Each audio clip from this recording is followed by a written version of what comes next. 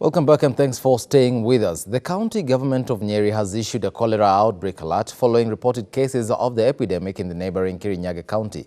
County Director for Health Services Dr. Nelson Muriu says due to the close proximity and frequent interaction among local residents and those in Kirinyaga County, where 3 cases have been reported, there is increased danger of cross-border transmission.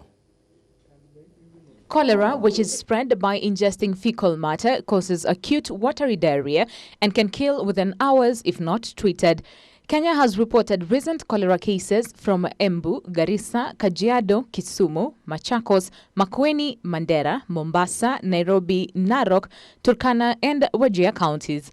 In a press statement, the County Director for Health Services, Dr. Nelson Muriu, said there was a high probability of an outbreak of the deadly bacterial disease in the area if necessary precautionary measures are not taken. The director has announced a raft of measures that must be adopted, including ban of food hawking, as she cautioned residents to avoid roadside eateries as well as maintain high levels of hygiene. She has further directed that all food outlets be re-inspected to ensure conformity with the Public Health Act, especially with regard to sanitation. Health personnel in all facilities have also been put on high alert and asked to heighten public health surveillance activities in order to promptly identify and attend to any suspected cases. Dr. Muriu notes, and I quote, "Any suspected cholera case must be reported to the Office of the County Director of Health Services for further investigations and immediate response." End of quote. Residents have also been urged to observe preventive measures, including proper hand washing with clean running water and soap after visiting a latrine and before handling or eating food, proper disposal of human waste, keeping cooked food covered to avoid contamination by flies, as well as keeping the environment clean, as cholera bacteria thrives in areas with poor sanitation. Cholera is an acute intestinal infection characterized by a sudden onset of profuse watery diarrhea with an average incubation period of 2 to 3 days. If not promptly and adequately treated, patients can die within hours as a result of severe dehydration occasioned by loss of huge amounts of fluids and salts in the body. Winnie Lubambe for Ebru TV. On to politics, a section of Wiper Party leaders now wants former Machakos Senator Johnson Muthama to leave the party if he cannot stand by the party ideology. Muthama is on the receiving end for slamming his party boss Kalonzo Musyoka for asserting that he will back President Uhuru Kenyatta up to 2022 and beyond. Former Machakos Senator Johnson Muthama had earlier declared that he is the Ukambani region political kingpin. Muthama has faulted Wiper leader Kalonzo Musyoka for misleading the community after he announced his undying support to President Uhuru Kenyatta even beyond 2022. Angered by Kalonzo's remarks, which he made during a leaders' meeting in his Yatta farm on Monday, Muthama declared Kalonzo politically unfit for fostering personal interests over those of the Kamba community. This, however, did not go well with a section of Wiper Party leaders. Kitui Senator Kio Wambua maintained that the Kamba community will not play second fiddle to anyone come 2022. Bila anasema ni ile sisi tulisema. Tulisema tutatoa kiongozi akuwe presidential candidate in 2022 na ile sisi tumefanya, tumesema hiyo kiongozi tunamjua. Ni Kalonzo Musyoka ndiye atakuwa presidential candidate in 2022 representing the lower eastern region interest. The leaders revealed that the party would undertake a series of engagements with other like-minded persons across the country to form a formidable force even as 2022 presidential campaigns gain momentum. If he cannot withstand the heat, let him leave the kitchen. And that is the position. Thank you. We cannot be always singing song, didani na kumpembelezana. He's free to move. Yeah, there are many other parties. Lakini we cannot be all along, be playing games here, kupembeleza mtu. But in a swift rejoinder, Machakos Governor Alfred Mutua responded to the two leaders, describing both Kalonzo and Muthama as jokers playing political games at the expense of the Kamba community. Giving up, retiring and giving and passing on the baton and guiding young leaders does not mean that there is anything wrong with you. You're just being wise and knowing that everything has an expiry date. Everything has an expiry date. And every person has an expiry date in terms of service. Muchue said that the Kamba community should not accept to play second fiddle to any other community when it comes to the presidency. He said those supporting Uhuru and Ruto were doing so for individual, personal, commercial interests. Now, a family from Mutune location, Kitui Central, now wants the area chief arrested and be charged in court for maliciously acquiring a half-hectare piece of their ancestral land in full knowledge of the disputes between the four brothers who co-own it. Addressing the press at his home, John Mbuvi accused the chief, Jamie Kalua, of secretly and successfully purchasing the said piece of land without the knowledge of all other family members. On Friday last week, John Mbuvi says he woke up to find the chief with other known men erecting poles and fencing the piece of land. Nikauliza ni nini naendelea, nikasikia kwamba amesema amenunua, ameuziwa na one of my uncles. Na hapa tuliachiwa na babu yetu, tukaambiwa tukae hapa, na yeye amechukua hatua akijua kwamba mamangu amelazwa hospitali miezi 2. Saa hii tunaongea kwa hospitali. Mbuvi regrets that the dirty deal between the chief and his uncle was initiated the moment her mother fell sick and got admitted at Karira Hospital, guaranteeing the two a safer chance. Huyu chief tumekuwa wakati mama hajagojeka, tumekuwa tukienda kukiwa na dispute ya hii shamba, tunaenda kwake. Sasa amejua mama amengojeka, ameenda akachukua one of my uncles, akawaambia, akawapitia mlango wa nyuma akawaambia wamuuzie. Yeye ana claim amenunua hapa. Amenunua hapa, sisi tuende wapi? Yeye ni chief, anajua sheria. Janet Philip, also a family member, questioned why the chief would secretly sneak in and buy the disputed piece of land which has no title deed or any other legal documentation. Kwani anauza boma ya mama Mbithi na mama Mbithi ni bedridden. Anauza mboma na anjaambia watoto, mbona sioni watoto wake? Wako wapi watoto wake? Na kwa nini chief aulizi kama, kwa sababu anajua na anajua kisa hapa. Kwa nini amwambii enda ulete watoto? She further accused the chief of using her administrative powers wrongfully by putting 3 of her sisters behind bars at the Kitui police station. The chief having occasioned their arrest on Friday in attempt to bear the men who were erecting the poles. The chief was later reached out via way of phone, though she declined to go on record. She admitted to have bought the disputed piece of land at 350,000 shillings. The aggrieved family members have called upon the Interior Cabinet Secretary, Dr. Fred Matiang'i, to intervene, summon the chief and ensure justice prevails. Back to politics again now. Siaya Senator James Orengo has predicted a constitutional review next year, saying that the country is ripe for the same. This comes amid a heating debate about the Building Bridges Initiative report, which proposes the number of constitutional changes for a better and more united country.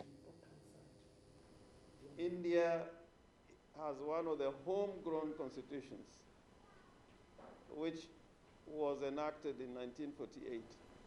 Over the years, they have reviewed that constitution to make it a better nation, a better country. And in South Africa, they had a constitutional court after the constitution making to review whether the document that had come out in the constitution making process achieved the hopes and aspirations of South Africans as a legal and as a geographical entity. And therefore, Kenya also must follow suit, because time is not static. Time is not static. Well, now moving on, global carbon dioxide emissions rose by 0.6% this year, according to a new estimate. That's at a time when scientists say the world needs to sharply cut greenhouse gas emissions in order to stave off the worst of climate change. There was a glimpse of good news in the data, though. Burning coal for energy is the single largest source of CO2, and coal use declined a bit this year. Some experts say a global shift away from the dirty fuel is underway. This year, 3 of the country's top 10 coal producers went bankrupt. They were the latest casualties of an industry in decline. U.S. coal production is down more than 1/3 from its 2008 peak, and it's expected to keep falling. Kentucky Energy and Environment Secretary Charles Snavely is a former coal executive. He delivered a grim prognosis for the industry at a conference in May. I think that the risk is more to the downside than the upside. And if we're already projecting a significant decrease over time, I think that it will probably be worse than that. President Donald Trump campaigned in 2016 on reviving the coal industry. He has loosened pollution regulations that he says are holding the industry back. How about we give that to the miners? But coal-burning power plants are closing across the country anyway. Advances in drilling have made natural gas cheaper, and the cost of wind and solar power have plunged. It's happened faster than expected, says University of Wyoming economist Robert Godby. Market forces have moved the coal market to a place most of us didn't anticipate in a really short period of time. And coal industry jobs have not recovered since Trump took office.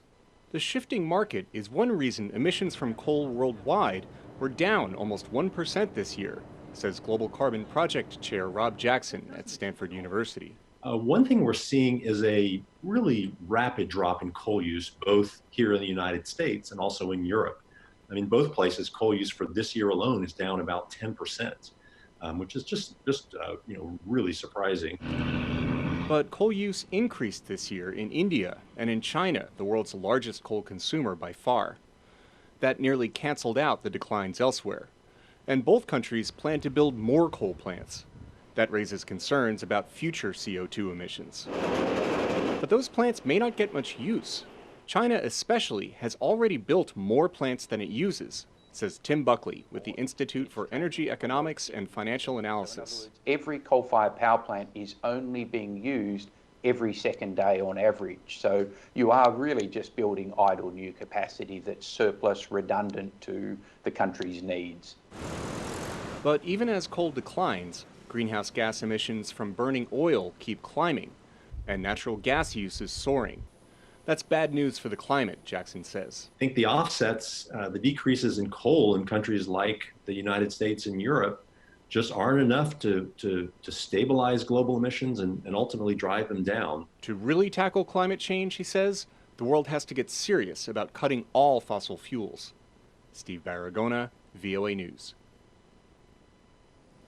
Now, still across our borders, it's been a rocky year for the relationship between Washington and Silicon Valley, and next year could be worse. Lawmakers and regulators in the nation's capital are scrutinizing technology firms over a host of issues: competition, online privacy, encryption, bias, and they are promising action. Michelle Quinn from our partner station VOA reports on how the frustrations could lead to new regulations that could have a global impact on how people communicate online. In Washington, the outrage over Silicon Valley seems to keep mounting. People are angry and scared more than ever before. And they don't care whether it's a federal law or a state law. They want a law.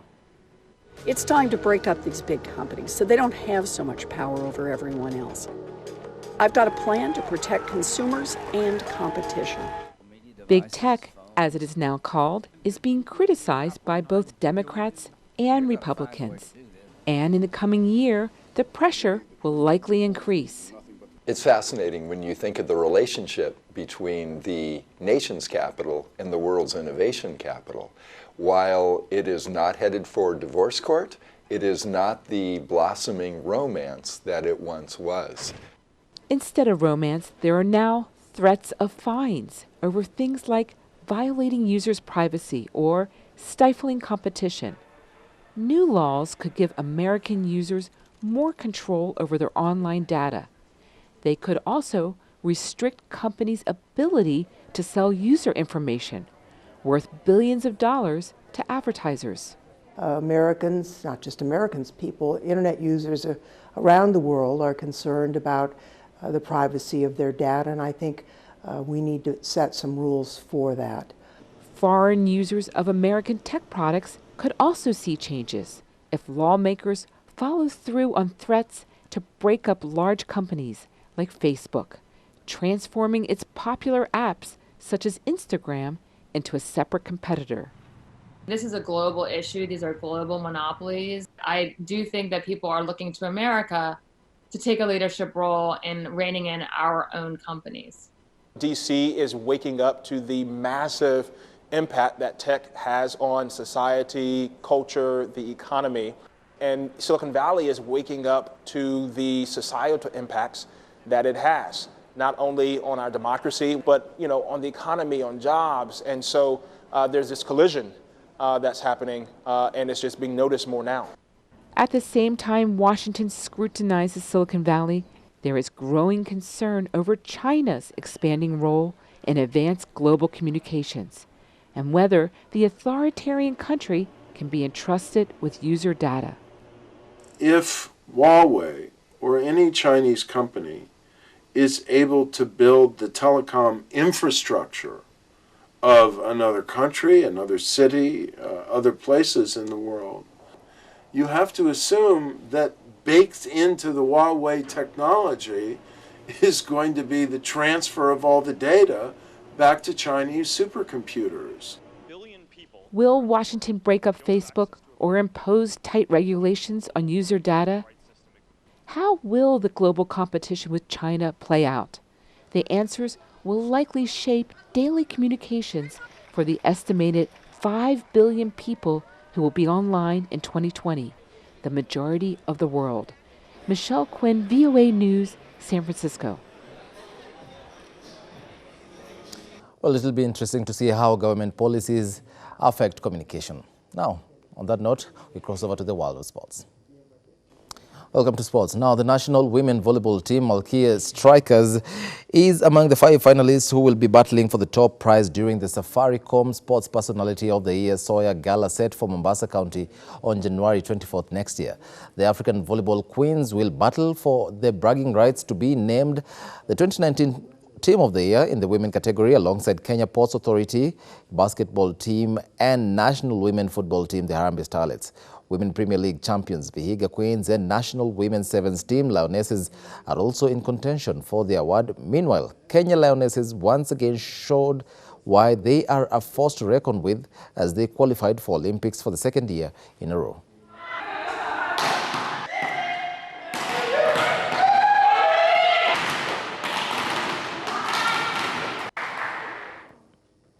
Kenya National Rally Championship Premier Class driver Isa Easy Mirza and his navigator Kavit Dev sealed their maiden Coast Rally Championship titles after an emphatic win on the final round of the rally at Vipingo's Mombasa Cement Grounds. They become the first crew from the Coast stable to lay their hands on the coveted title.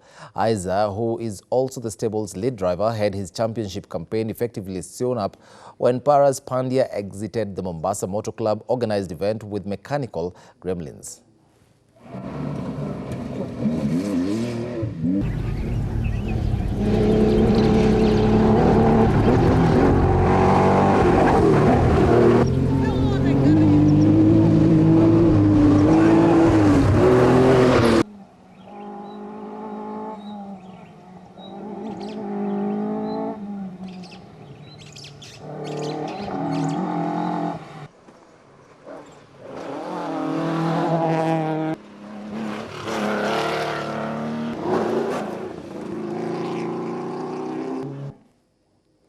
That's all we had for you on the very first Utamaduni Day right here on Ebru Primetime News on this 26th day of December 2019. On behalf of everyone who made this broadcast a success, thank you so much for watching, but do not go away because we do have interesting programming just for you. My name is Mnene. Our sign language interpreter at the bottom end of your screen is Joyce Warimo. Keep safe.